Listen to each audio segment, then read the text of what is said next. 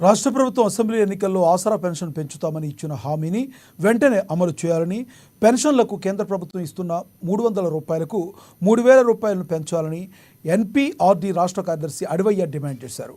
వికలాంగుల హక్కుల జాతీయ వేదిక జిల్లా 3వ మహాసభలు పట్నంలోని సుందరయ్య భవనంలో ఆ సంఘ అధ్యక్షులు మొస్రం నగేష్ అధ్యక్షతన శనివారం జరిగాయి. పెన్షన్లకు కేంద్ర ప్రభుత్వం వాటా కింద కేవలం 300 రూపాయలు ఇస్తుందని అడివయ్య తెలిపారు. వాటితో బ్రతికేది ఎట్లా అని ప్రశ్నించారు.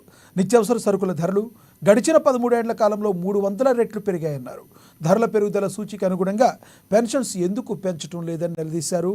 సబ్కా సాత్ సబ్కా వికాస్ అంటున్న కేంద్ర ప్రభుత్వం పెన్షన్స్ పెంచడంలో అలసత్వం వహిస్తుందన్నారు. అనంతరం మహాసభల్లో భాగంగా 17 మందితో కొత్త కమిటీని ఎన్నుకోనున్నారు.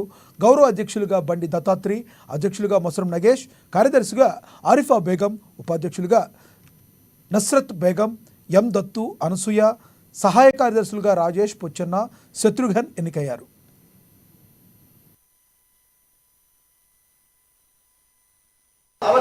చాలా ప్రాజెక్టు వికలాంగుల హక్కుల జాతీయ వేదిక ఆదిలాబాద్ జిల్లా 3వ మహాసభలు ఇవాళ ఆదిలాబాద్ పట్టణంలో నిర్వహిస్తూ ఉన్నాం.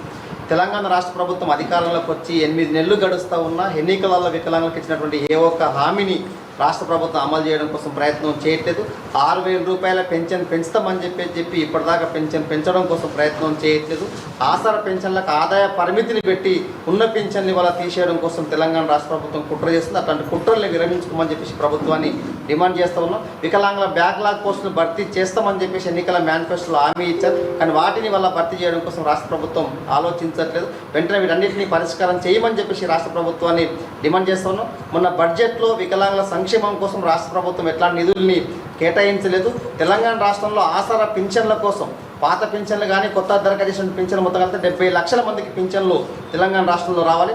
ఈ 70 లక్షల మందికి పెరిగిన పింఛన్ ఇవ్వాలనుకుంటే 44,000 కోట్ల రూపాయల డబ్బులు ఇవాళ రాష్ట్రంలో అవసరం ఉంటే రాష్ట్ర ప్రభుత్వం బడ్జెట్లో కేవలం 14,000 కోట్లు మాత్రమే ఆసరా పింఛన్ల కోసం కేటాయించింది. ఈ 14,000 కోట్లతోటి రాష్ట్రంలో ఉన్నటువంటి ఆసరా లబ్ధిదారులందరికీ